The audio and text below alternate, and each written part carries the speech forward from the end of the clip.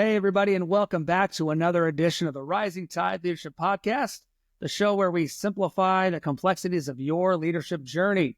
Today, I have a phenomenal guest on the show. Marcelo has led teams at Amazon, founded startups that have attracted over $40 million in funding, and now teaches others how to bridge the gap between big ideas and real-world results. Marcelo's work revolves around the PRFAQ framework, a methodology Amazon uses to refine and launch big ideas. If you've ever had a vision but struggled to make it reality, today's episode is for you.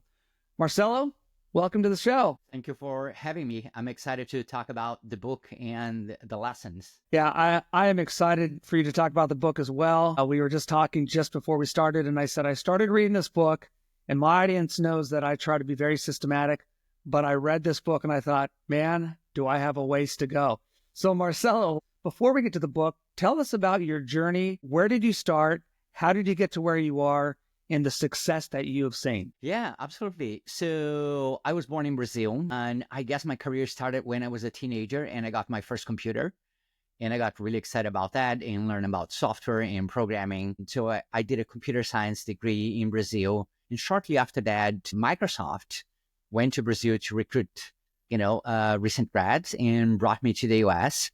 So I moved to the US in late East, here in Seattle, and I worked for Microsoft for 7 years. Most of my time there was at Bing, the search engine. I was an engineering manager when I left. And then I realized to become a founder, entrepreneur. I had too many ideas in my mind, like I wanted to make things happen. So I left Microsoft, and for 18 years, I founded and worked on many startups and startup studios, mostly in the US, but some in Europe as well. I spent 3 years in London. And 3 years ago, I joined Amazon, which is not a startup. It's one of the biggest companies in the world. So it was a shock to my system. But as soon as I joined Amazon, they had a lot of systems that they created to help them run their business. And one of this was the PRFAQ framework, which stands for Press Release and Frequently Asked Questions. And I fell in love with that system. I was like, this is so great because founders and executives and innovators and product leaders everywhere could really benefit from this tool when they are making decisions. So when I left Amazon last year, I was like, I'm going to write a book about it so more people can learn about this framework. So with the blessing of Amazon and everything, I released the book just a few weeks ago, and I'm really excited to talk about it. Yeah, for my audience, the name of that book is the PRFAQ Framework, Adapting Amazon's Innovation Framework to Work for You. And I really liked the subtitle of that, Marcelo, because when we think of Amazon, we think of a big company. We think of one of the largest companies in the world, and you think to yourself, I could never do what Amazon does. But your book really does break it down into bite-sized understandings. So let's talk about the book. My first question is, you teach the PRFAQ method for turning ideas into action. Can you break that down for our audience? Yeah, I'll try my best, right? So the PRFAQ framework is made of 3 parts. There is a document that is 6 pages long, and it's very specific instruction on how you create this document. Then there is specific instruction on how you write the content of that document, which is called precise writing. And the last part is how do you do review and decision sections using that document, right? So you're grabbing information and getting people to collaborate with you so they can provide, their perspective on an idea.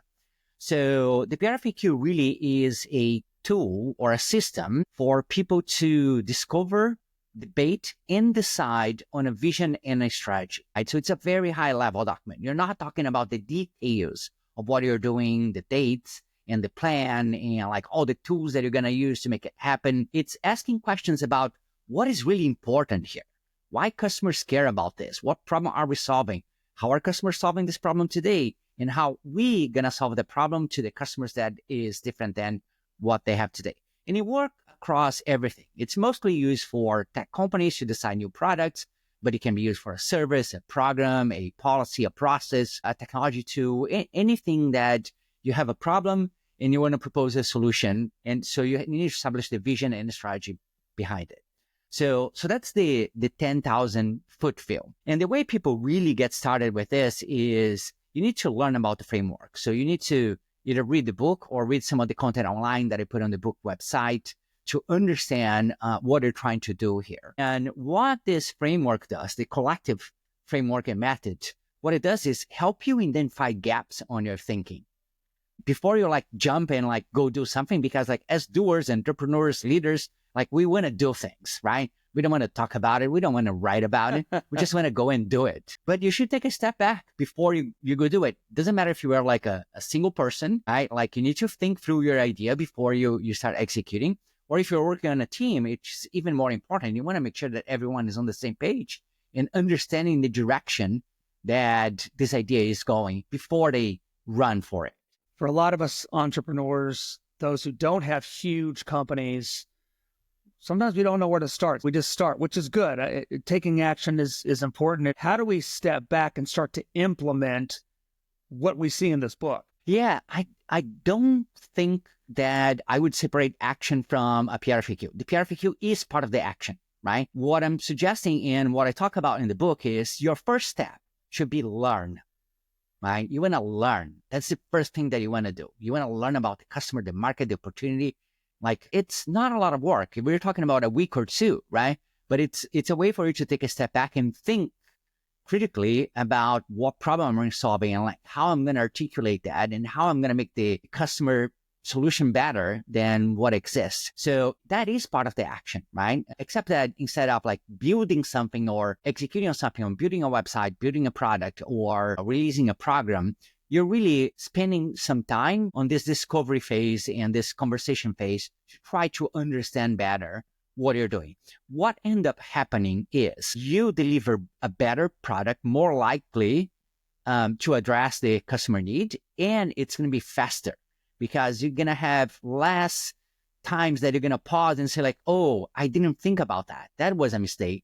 We should have thought early on. And now we went to this, that end that we have to take a step back and readjust. So if you do a little bit of thinking and learning early, it helps you improve the speed that you're going to deliver a new idea. That's great. What's a real world example of the PRFAQ and when it made a significant impact? Yeah, I'll give you two examples here. Amazon uses the PRFAQ for everything. I know it's easy to think of Amazon as one big company, but it's not. It's the equivalent of 1,000 little companies, right? And sometimes these little companies inside Amazon are just 5 people. Sometimes it's 50 people, sometimes it's 500 people. So they have tons of teams there. And these teams are always using the PRFAQ before they go and execute on something, right? So it's part of like, let's debate, let's discuss, let's figure out what is the vision, the strategy, and what we want to do before we invest our time, because our time is the most precious asset that we have, right? So they use that in that context. So Amazon, for example, every product that they launch, the Kindle, Alexa, Amazon Fashion, or any new product that you hear from Amazon started from a PRFAQ, AWS and everything else. So that's a very good example of like how they use it. It doesn't matter if the product is big or small, or it's experimental or is a growing product. The other example that I'm going to give is I wrote a PRFAQ for my own book. So I was like, well, who is going to read this book? What problem am I trying to solve with this book? How are they solving this problem today? So that's a way to think through before you jump on your own project. And by the way, no one else read that PRFAQ. It was just for me. But it helped me think through writing and filling the gaps on what I didn't know and say like, yeah, I need to learn more about this. I need to learn more about that. And then you incorporate that into the document that you make coherent, right? So when you write and you try to make a coherent document, it's very hard for you to miss important elements because the text is not going to be right. So you go and you chase that information and you come back and you fill the document. So the document in that case is almost like a checklist of things that I need to think before jumping ahead in a project. So how can leaders use this method in their own businesses or organizations to drive better results? Yeah, I think that the biggest benefit of the PRFAQ is really helps you think clearly. It's a tool to think more than anything. I know it's a document you have to write, you review with people, but like more than anything, it's going to help you think. That is the opposite of what happens when you do presentations, for example, like PowerPoint or Google Slides, and you try to create like some like nice talking points about your idea, but there is nothing there. Like there is nothing supporting the points that you're making on those presentations. So the document helps you as the person with the idea or the innovator to think through all aspects of it. Then later you can create your PowerPoint presentation or your website or your flyer or whatever how you want to communicate that to other people. But you use the document to think. Marcelo, let's talk about productivity and team efficiency. Productivity is a big challenge for leaders. What's the number one mistake that you see leaders making when it comes to managing their teams? Yeah, everyone wants autonomy. So we hear the word autonomy a lot. And employees want autonomy to do their work. The problem is there is a delicate balance between autonomy and misalignment or alignment, let's say it this way. So too much autonomy might be misinterpreted as I'll do my work without talking to anyone. And what I see happening a lot on teams, even when they get like 5 people to 10 people or more, is that people don't communicate as well as they should with each other. And they communicate at too low level, meaning like the details of how the work gets done. The reality is leaders should really be communicating like vision, strategy, and important things. Like, why are we doing this? So I have a litmus test, which is ask 5 people on your team, what are we doing and why? Right? Ask them individually. And if you get different answers, it really means that you don't have a clear strategy or a clear vision for your project or initiative. Well, that's a great question. And I would assume that a lot of leaders would be afraid to ask their teams that because we're probably going to get different answers. Gosh, I love that. I might have to use that myself. Marcelo, how do you help teams get better at execution without burning out? Yeah, in my mind, burning out, there is many reasons for burnout, right? But one of the key reasons, assuming that you don't have a very dysfunctional organization or a dysfunctional manager, one of the problems with burnout is really people put a lot of effort towards something and they don't see the result. Right? It feels like they're just spinning the wheels and like not moving. That is very frustrating for most people. Like they want to do good work, right? They are there. They were hired to do a job. They want to do the job and they want to see the results of that job. So often what happens is too many meetings, too many documents, too many messages, too many conversations, but like you're not delivering value for the customer. And people start to indirectly feel that and accumulate that. And they were like, I want to do something else, right? I want to do more. And they don't know why they are so frustrated. And usually people get really happy when they see the results of their work impacting the customers. So if it works the other way around as well, right? It's not only you don't get burnout, you get energized when you see the work that you did actually benefited people. Are there any habits or rituals that you've developed to keep yourself and your team focused on the right priorities? So I'll tell one of my personal habits, which is exercise. So I think exercise really helps you focus and help you get clarity on things, right? So when you wake up in the morning and you have like 20 things to do and you don't have clarity or focus, it's going to be a drag on your day. So if you exercise early on, a lot of scientific proof about this is going to help you really think more clearly about your day and prioritize that. The other thing is, I think everyone needs to have a list of what you do on the day, on the week, and on the month, right? So like you prioritize your day, you prioritize your week, you prioritize your month, saying like, these are the important things. These are the 1, 2, 3s of the day, 1, 2, 3s of the week, 1, 2, 3s of the month. And in the book, I talk a lot about the PRFAQ is really about working backwards from an outcome. Like you paint a vision of the future and say like, this is the future that we want to have. And then you write. I think for productivity, you do the same thing. Like what do I want to accomplish at the end of the day, the end of the week, and the end of the month? And then you work backwards to say like, how would I do that? Right. So that's a productivity hack that I have. Thanks for sharing that. Let's talk about startups, scaling, leadership growth. You've worked with startups and high growth companies. What leadership traits separate successful startups from those who fail? Yeah, I mentioned alignment and sharing, an understanding of the North Star. I think that's super important. Like you can have the smartest people in the room. If each person thinks they are going a different direction, like you're not going to go anywhere.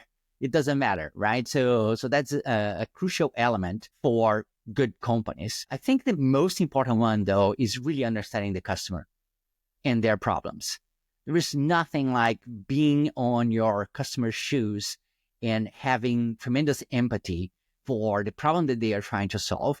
And not only that, you need to be better at articulating their problem than the customer is, right? Like you want to be so savvy about what the customer is trying to do, what jobs they are trying to do, and what they're struggling with, that you can build a solution for that. If you don't start from there, it's really, really hard. Yeah, I really like that answer. I think people are afraid to do things, and because they don't take action, they do not see success, and so failure sometimes can be its own stopping points. Marcelo, how should leaders adapt their approach as their teams grow? Yeah. So I think as a team grows, there is a lot of systems that you need to put in place, right? So I think that when your organization grows from 5 to 50 people, for example, whatever you were doing before, you can't do exactly like that anymore.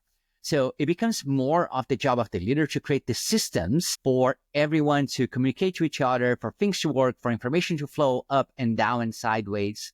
So they need to stop thinking as like, I'm going to do all the work, or I'm going to be involved in all the work, to I'm creating systems so that I can be involved in the right aspects of the work. So that is very important. So I really like leaders that are able to create the systems, but articulate them. Maybe they write them down. Maybe they explain what they expect so people can critique and have conversations around it, and then implement those systems in the organization. And by the way, there is nothing wrong with implementing a system and getting it wrong. Learn, adapt, and try something else. Marcelo, let's talk specifically about the book. You talk about the power of narratives. Writing isn't just a method of documentation, it's a thinking tool.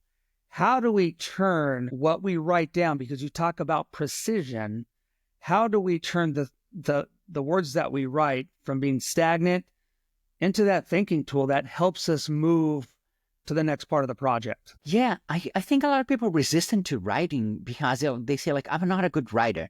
Right. This is not romance. This is business writing, right? And business writing is very simple and practical. What you want to do is you want to use data whenever you can, or go find the data, and then call out anything that is an assumption or a hypothesis on your document, and incorporate an element of a story. So the story is usually around your customer, what they're trying to do, how the solution is going to work. When you write like that, it doesn't have to be very sophisticated. You don't have to be elaborate about it. It becomes very clear what you're trying to communicate. A lot of people read business documents or write business documents thinking like marketing and pitching and persuasion. Like, don't worry about none of that. If you're writing a document for a decision, you want just to be clear. The important thing is to be clear, unambiguous, avoid redundancy, so the document doesn't become very long. Cut anything that you don't need. Be your own self-editor on that front, and use a lot of data as much as you can. I think a lot of people are afraid to write. And for those who don't feel like they are good writers and they do want to write for business, is there a practical tip? And you mentioned some things, but how can they look at that work and make sure that it is something that is presentable?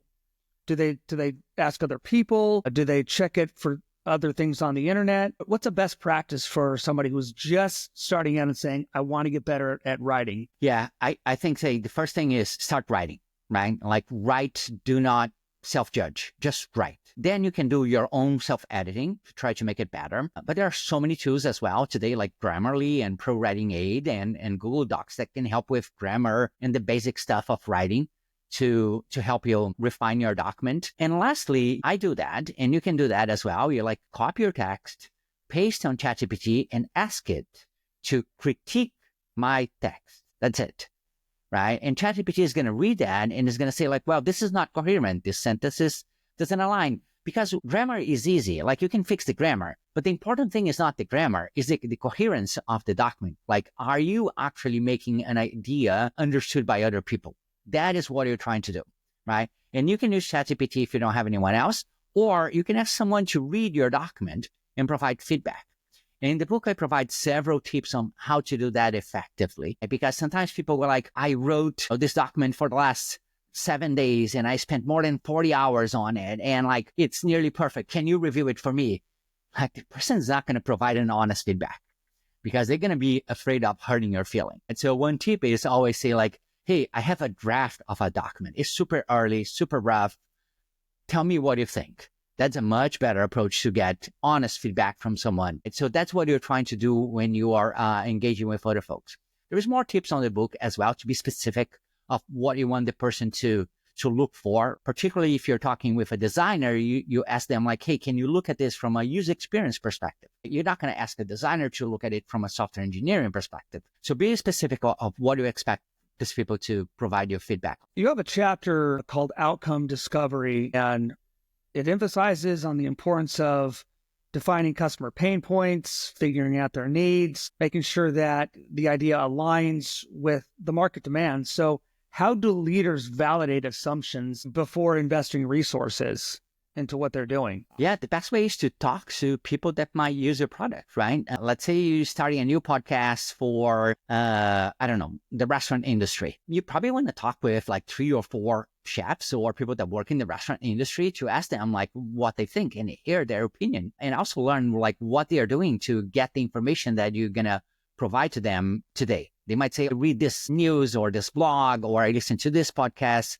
Talking to potential future customers is the best place to start. Let's talk about the actual name of the book, which starting in chapter 7, you actually talk about each of the parts of the PR FAQ. Mm-hmm. Take us through, first of all, the press release. Why is that important? Why is that such a main piece of what we're doing in business and the projects that we are going through? Yeah, so the function of the press release is really to inspire people and to make a vision that is clear. So you write the press release, which is, by the way, not a real press release. It's not going to send to the press. It's not a marketing tool. It's a decision tool. It's just for you. You're writing a press release that is exciting about something that is going to happen in the future, but you write as if it's happening today. Right. So you write the press release as like, today we are launching this new podcast for this, and here is the customers that we are addressing. Here is the needs. Here's a quote from a customer. Like, include all that in a press release. In the book, I explain how you do that in a lot of detail, right? And then, when you are reading it or when other people are reading it, the press release works as like the foundation for the vision. Like, you read and you get to the end and you go like, okay, I know what we're talking about. Now I go to the FAQ section of the document, which is a little bit more detail, and you understand the context, right? Like, you're being primed on that press release. You break down the FAQs actually into 2 separate FAQs. First of all is the customer FAQs. Take us through that. What is important about customer FAQs and why do they matter? Yeah, so the customer FAQ sets the boundaries of the strategy on many different aspects, right? So you write your press release, which is simulating something that you would send to the press, but you won't. And then you write 1 page of customer FAQs. And these are questions such as, how much does it cost? Where do I get this? Can I import my data? Any questions that you imagine a customer would ask about it. And you answer those questions in that page as well. And what that does is help you think as a customer what customers care about and what is important on this strategy. So it's, again, like you having this empathy for the customer and trying to understand their needs. What are some of the potential objections that somebody might get? Can you give us an example when we're looking at customer FAQs? What are the objections that are normal that can span across all industries? Objections to the document or objections to proposal?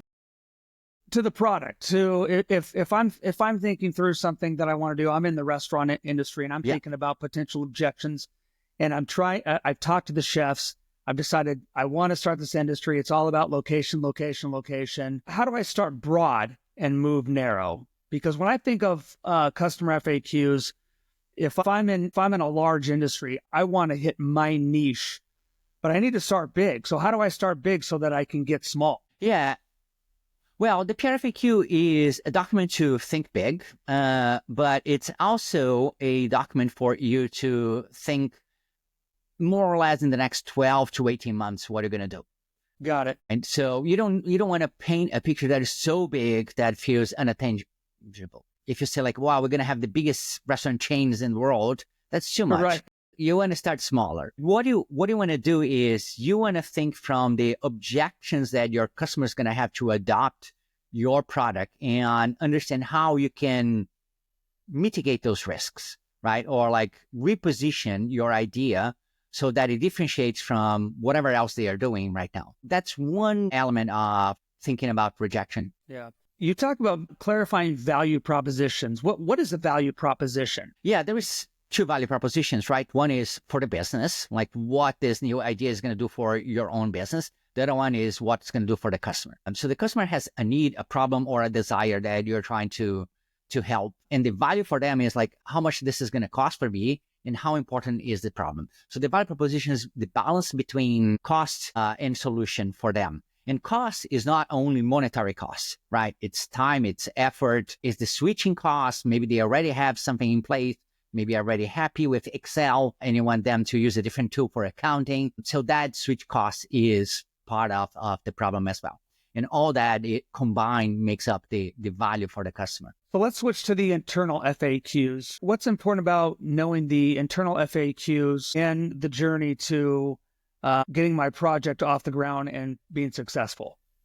Yeah, I consider the internal FAQs the most important part. And it's also where you start writing your PR FAQ. In that order, the PR FAQ has the press release, the customer FAQ, and the internal FAQs. But the way you write is first the internal FAQs, then the customer FAQs, then the press release. So it's a little bit on a backward way that you write this. And the internal FAQs have a lot of questions that are about the problem, about existing solutions, about the market, about your solution, about the constraints that you're going to put on this solution. For example, one of those might be, are we launching a website or launching a mobile app? So you create a FAQ for that and you include the answer for that. So everyone involved can read that and understand exactly what we're trying to do here. So that's how you define strategy. You make a series of decisions about certain elements. You don't decide what technology you're going to use or like who is going to build that. That's more of a part of a roadmap and a plan. What you're really talking about is like this high level element. Right. And obviously within this, what I understood is that we want stakeholders to get aligned with the strategic decision or direction. And then we want them to commit to the project because we want our people on board. So you have worked, again, with large companies like Amazon. You've done startups, everything in between. What do we need to do to get stakeholders to buy in? Because I think of, for instance, a company like Amazon, who said it's 1,000 little companies into one big company. How do you get everybody aligned? Or with a big company, is it just getting your specific part aligned? And I mean, it's so large that can you really align everything within the organization with a company like Amazon? And then for smaller organizations, what are some practical tips that we could do to get our stakeholders aligned there? Yeah, that's right. Like on a big organization like Amazon, you have a strategy that trickles down, all the way to your team. But what really matters is the alignment within your team. Like these are the group of people that need to know. So it's the 5, 20, 50 people that you're going to be working on a project that needs to be aligned. You also need to get alignment with accounting and finance and marketing and sales and those other people. Instead of like creating something that you try to get their buy-in, you involve them in the creation process. So that's what the PRFAQ does. And even for a small organization with only 5 people, right? Maybe you have one person that is marketing and 3 people that are software engineers, or they are like making the product, whatever that is. You don't want the people making the product not to involve the marketing person or the sales person. So it's not that you're going to do something and then get buy-in. Everyone is going to be part of like composing this document and reviewing it and provide feedback before you start executing on it. And what happens when you run into the problem of people not having buy-in? Is there a point where you remove somebody from a team, or do you realign what you're doing? How do we balance that out? Yeah, at Amazon, we call this disagree and commit, right? Okay. And I mean, it's okay to disagree with a strategy, but at one point when the strategy decision is made, like you have to be on board. It's part of your role to execute on that. Even though you disagree and you said why you disagree, that's great. But then you go and execute. So that's why it's very important for the PRFAQ to have a project leader. Whomever is going to be, is the CEO, is the VP, is the product owner, whoever this person is, they are the ones that are going to make the final call of what's in and what's out. Of course, they need to incorporate everyone's feedback and listen to people, But at the end of the day, when a decision is made, everyone needs to be on board. Marcelo, in your book, you talk about building a storyboard. Why are storyboards so important to the PRFAQ process? Yeah, a lot of people think that like great writers sit down and start writing, and like this magical thing just happened. Like this beautiful document comes out, and it's like, oh, it's perfect. It's not like that at all, right? Like what I explain on the book is like you need to collect a lot of information, right? Like a lot of bullet points or sentences that you want to incorporate. And you create a separate document that is just ideas. Like it's a flush of ideas. A lot of people use notepads. Pen and paper is fine as well. Cards, index cards, Post-its, whatever you want to do. Like collect lots of ideas before you write a single sentence. And then when you have your ideas, you organize them. And that's where the storyboard comes into play here. Like movies use storyboard to create scenes. So they're like, oh, it's going to happen this, then this is going to happen, then this is going to happen. What I say in the book is like, now that you have a bunch of bullet points and ideas, like organize them, collate them in specific themes and things that you want to talk about. And this is what like a little bit of a storyboard. Like you're creating like these chunks of ideas. You haven't written anything yet, but you have a lot of data that is together. Maybe it's about pricing. Maybe it's about search engines. Maybe it's about marketing or sales or whatever, but they are grouped together. And then you start writing. And when you start writing, for example, you're going to write an FAQ about how our customers going to find us. And you want to talk about, a newsletter and the SEO. You go to the block that you already grouped with a lot of that marketing ideas and you write about that. So like you almost check them off the list as you write it. Let's talk about the PRFAQ project itself. You write about that in chapter 13, and executing a PRFAQ requires structured collaboration. And so can you walk us through how leaders can manage the process of writing, reviewing, refining PRFAQs with their teams so that they can align them on the strategy and direction? Yeah, one of the hardest things for a new company or a company adopting a new process or system is change management, right? Like people are like, well, we used to do that way and now you want us to do it this way. So there was a lot of resistance. And what I talk about in the book is like creating a plan for your PRFAQ, like when you're going to write, when you're going to have the first version for you to review, who are going to be on the first review, like who's going to be on the second review, when you're going to have a decision meeting. So it's the PRFAQ, it's a mini project as well that you can use a system to organize it. And the important thing is how you set this up, right? Because you don't want to get in front of, like, let's say you have an organization with 10 people and you write a PRFAQ and none of them have ever seen a PRFAQ in their lives. They don't even know what to do, right? So you need to have a plan for that. You need to set the stage. You need to let them know this is coming.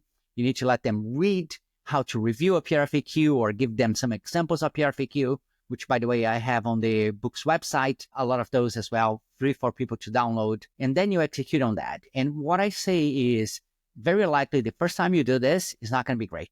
The first time you did anything is not great, right? And so do like 2 or 3 or 4 times until you get a sense of like, oh, now I get it. Now I know what my mistakes were, how we should do this in a better way. And that actually leads right into the following chapter, the learn, write, listen loop. That was fascinating. Can you take my listeners through what that is, the learn, write, listen loop? Yeah, so the idea comes from the Lean Startup book, which has a build, measure, learn loop for people to find a product that customers want. And what I am advocating here is for people to learn, about the world, the market, the customer, the potential solutions and everything. Write that in the PRFAQ and then listen to feedback from stakeholders, their team, their executives, their peers, and everyone that might be involved on that. Then you are learning again and you're incorporating that back into the document. So you keep on that loop until you feel like we have enough conviction. And conviction can come in 3 different forms. Can come at yes, we know what we need to do. Let's go do it. No, this is not a good idea. We should not go do it. And by the way, the PRFAQ is a great tool for you to say no to things as well. And the third one is, it is a good idea, but the timing is not right. And the timing is not right is like, we already have a lot of projects going on, or maybe we have other priorities, or like the time of the year is not right.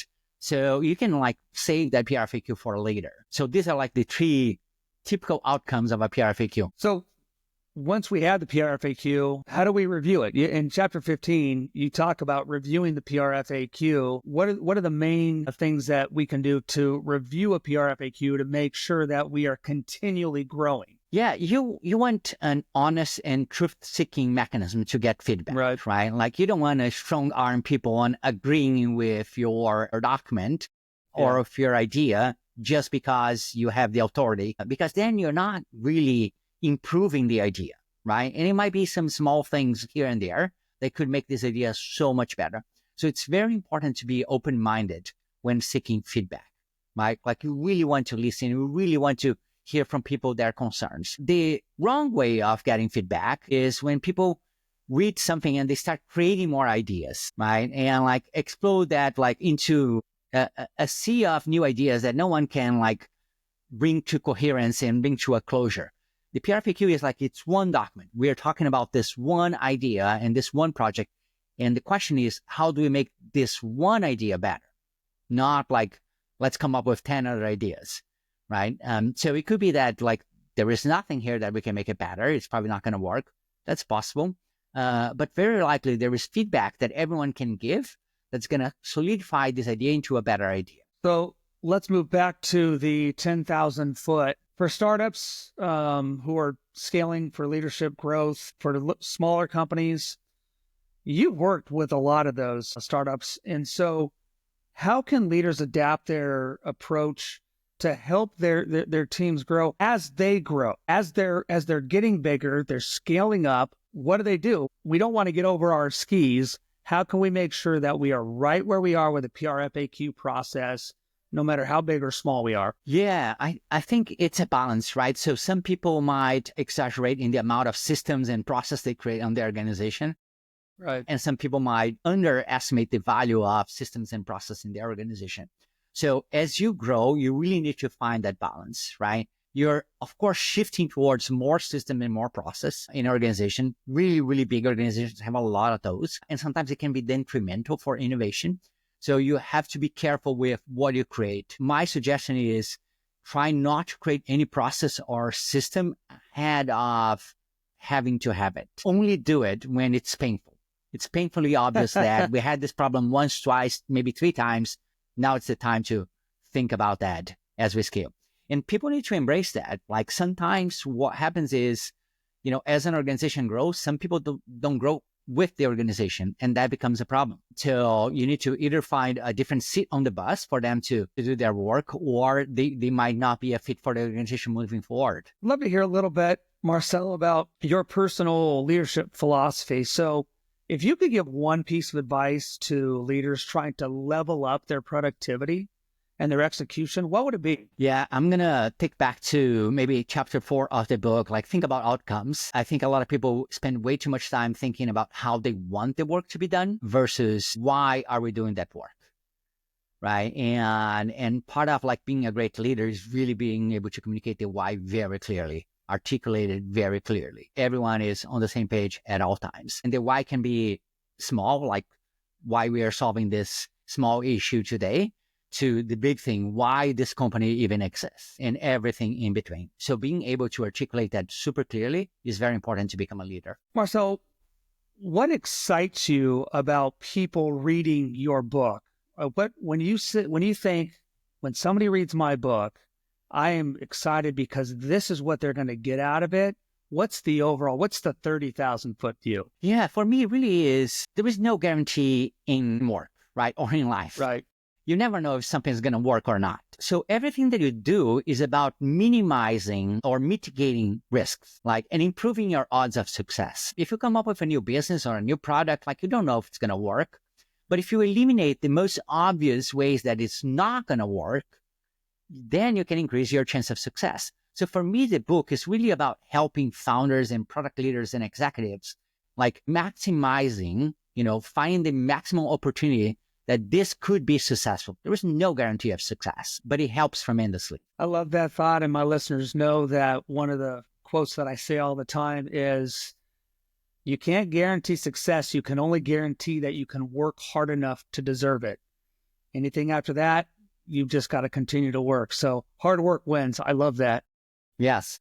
Yeah, Marcelo, how can people connect with you, learn more about your work, find the book? Yeah, absolutely. The easiest way is go to Google and search for PRFAQ book. I'm going to be result number one there. And when you go to the book website, you can find all social media links for myself and for the book and lots of resources about it as well. Wonderful. And the last question that I have always to my guests is, who is somebody in your life who has impacted you and caused you to get where you are today? The mentors, the coaches, men or women who have inspired you? I would have to go with my mother and my father because they always show me the value of hard work and learning and practicing good things. So that set me up for who I am today. Wonderful. Well, Marcelo, this has been an incredible conversation. I love your book. For my audience, we will drop a link in the show notes to go directly to get Marcelo's book. You need to read it. I read it.